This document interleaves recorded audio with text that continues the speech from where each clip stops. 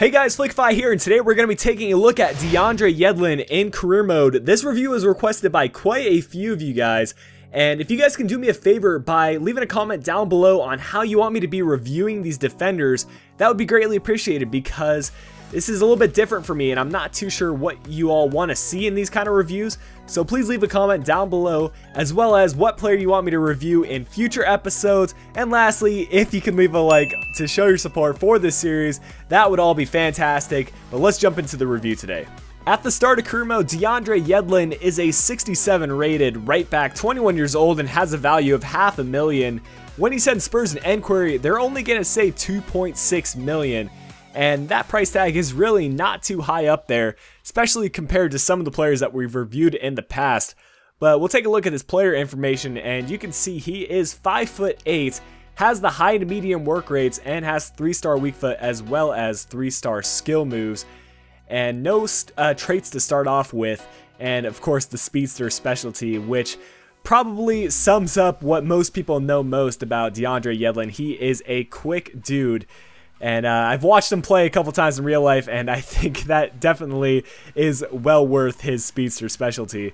And you can see that from his stats. He's already got 94 acceleration, 86 agility, 94 jumping, 93 sprint speed, 83 balance, and 88 stamina. The rest of his stats really don't jump out too much, but those physical stats are just absolutely ridiculous for a 67 rated player. Well, let's go ahead and take a look at what he looks like when he is 30 years old. Only 9 years later, Yedlin grows into an 87 rated player with a value of $26.5 million. That's a jump of $26 million in his price tag. So some incredible growth for a player that just doesn't cost too much at all. And he does manage to pick up the crosser and tackling specialties to really make himself a well-rounded defender to go along with his speedster specialty. And we'll go ahead and take a look at his attributes now. Of course, the physical attributes don't have too much growth because they're right around the top at the start. But look at those technical attributes. Some of the growth in the 30s, including some very important ones. The marking goes all the way up to 90. His slide tackle goes all the way up to 97. And then for short passing, 98. Standing tackle, 95. And of course, 96 crossing. And you just don't see that too often in a lot of players in career mode. You don't see their defending stats go up when they're a defender to the extent that DeAndre Yedlin does, and that really makes him one of the better players that I've reviewed thus far in career mode, but I'll talk about that a little bit more in the highlights to follow.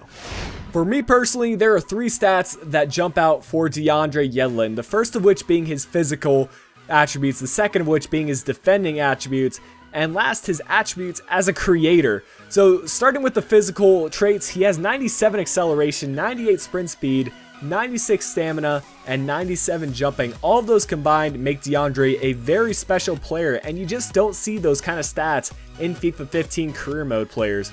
And moving on to his defending, he manages to achieve a lot of growth in that area, managing to have 97 sliding tackle and 95 standing tackle by the end of career mode at his peak. And if he wasn't 5'8", I would be playing him at center back because those stats are just absolutely ridiculous, and they're even better than most of the center backs that I've reviewed, in all honesty. But moving on to the final pro attributes, it's his ability as a creator.